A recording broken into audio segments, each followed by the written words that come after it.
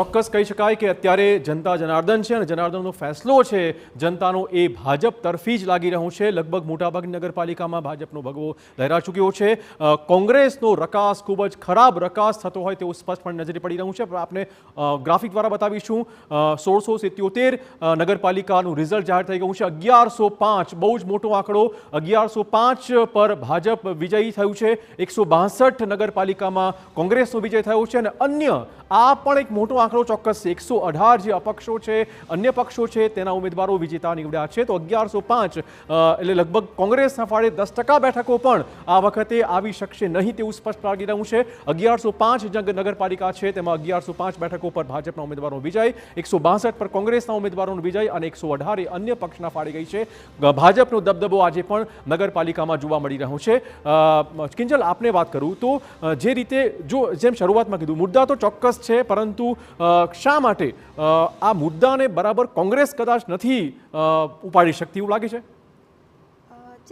ગુજરાતની અંદર જે પોલિટિકલ માહોલ આપણે જોતા હોઈએ છીએ કે જે પ્રકારની પરિસ્થિતિઓ થતી હોય છે, ભાજપ અને કોંગ્રેસ બંનેની એક તો કામ કરવાની પદ્ધતિ છે એ અલગ છે। ભાજપની જે વાત કરવામાં આવે તો ભાજપનો હંમેશા દાવો રહે છે કે એ માત્ર ચૂંટણી સમયે નથી જતા, પરંતુ હંમેશા લોકોની વચ્ચે રહેતા હોય છે।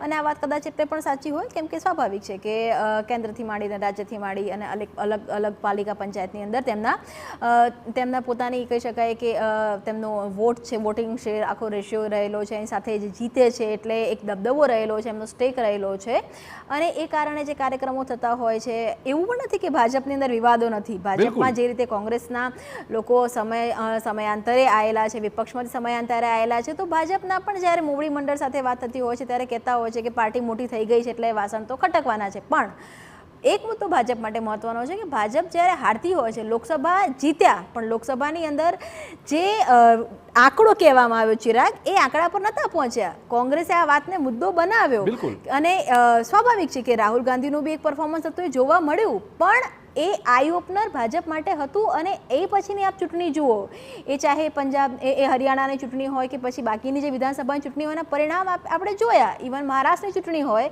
દિલ્હીની ચૂંટણી હોય, જે ભાજપની પરિસ્થિતિ છે કે જ્યારે હારે છે તો કેમ હારે છે અને કયા ફેક્ટરે એમાં કામ કર્યું, સ્થાનિક પરિબળો કયા રહ્યા, જે નેતાઓ છે નેતાઓ નારાજગી કેટલી રહી, કેટલી જે કહી શકાય કે એન્ટી પાર્ટી એક્ટિવિટી થઈ છે, એનું મંથન થાય છે અને એના પરિણામ જોવા મળે છે। કોંગ્રેસમાં પણ મંથન થાય છે, એવું નથી ચિરા કે કોંગ્રેસમાં મંથન નથી થતું। કોંગ્રેસના પણ સિનિયર નેતાઓ બેસતા હોય છે, એમની જીત અને હારના કારણો સમજતા હોય છે, જાણતા હોય છે, પણ એ પરિણામ તરફી અને માત્ર ચૂંટણી સમય નહીં પરંતુ હંમેશા લોકોની વચ્ચે કઈ રીતે રહી શકાય। આજે પણ સિલેક્ટેડ જગ્યાઓ છે જ, જો ધારો કે વોટ બેંક ન મજબૂત હોત ચિરાગ તો બનાસકાંઠા લોકસભા ચૂંટણીમાં જ્ઞાનીબેન ઠાકોરની જીત ના થતી હોત। એટલે એવું નથી કે જમીન નથી, કોઈ પણ રાજકીય પક્ષની પોતાની જમીન હોય છે, પરંતુ જ્યારે હારતા હોય છે સતત હારના કારણો અને કારણોને એનાલિસિસ કરીને જમીન ઉપર કેવી રીતે લઈ જવું જોઈએ, એમાં કોંગ્રેસ ગુજરાતની અંદર થોડીક નબળી થાય છે એવું મને લાગે છે। એક મહત્વપૂર્ણ સમાચાર મોરબીથી, જ્યાં હળવદમાં ગણતરી સમયે ભાજપ અને કોંગ્રેસ આમને સામને આવ્યા હોવાના સમાચાર છે।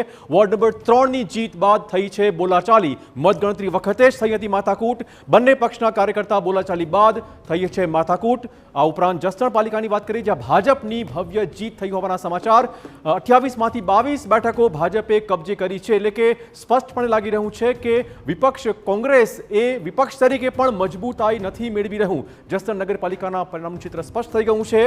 ભાજપની ભવ્ય જીત, જસદણ પાલિકાથી આ સમાચાર સામે આવ્યા છે। ભાજપની ભવ્ય જીત થઈ છે, 28માંથી 22 બેઠકો ભાજપે કબજે કરી છે। રાજેશભાઈ, અલગ અલગ નગરપાલિકામાં તમે જુઓ કે મારો સવાલ એ વાતનો છે કે મજબૂત વિપક્ષ તરીકે પણ એ કદાચ પરફોર્મ નહીં કરી શકે હવે।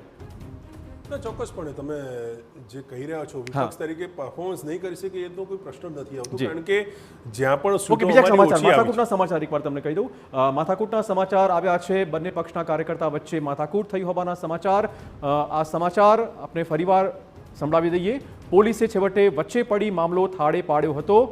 વોર્ડ નંબર 3ની જીત બાદ બોલાચાલી થઈ હતી। હળવદમાં મતગણતરી સમયે ભાજપ અને કોંગ્રેસ આમને સામને થઈ ગયા। દ્રશ્યો પણ આપણે ટીવી સ્ક્રીન પર છે, કેવી રીતે ભાજપ અને કોંગ્રેસના જે કાર્યકર્તા છે આમને સામને થયા હતા। વોર્ડ નંબર 3ની જીત પછી આ વિવાદ થયો હતો અને હાલમાં પોલીસ ત્યાં પહોંચી ચૂકી છે અને ત્યાં મામલો થાળે પાડવાનો પ્રયત્ન થઈ રહ્યો છે। મતગણતરી સમયે જ આ માથાકૂટનો બનાવ સામે આવ્યો છે। ભાજપ અને કોંગ્રેસના કાર્યકર્તા આમને સામને થયા હતા. બંને પક્ષના કાર્યકર્તા વચ્ચે ખૂબ મોટી બોલાચાલી થઈ ગઈ. છેવટે પોલીસ વચ્ચે પડી અને મામલો થાળે પડી ગયો છે. હા, અનેક મહત્વપૂર્ણ સમાચાર આપી દઈએ.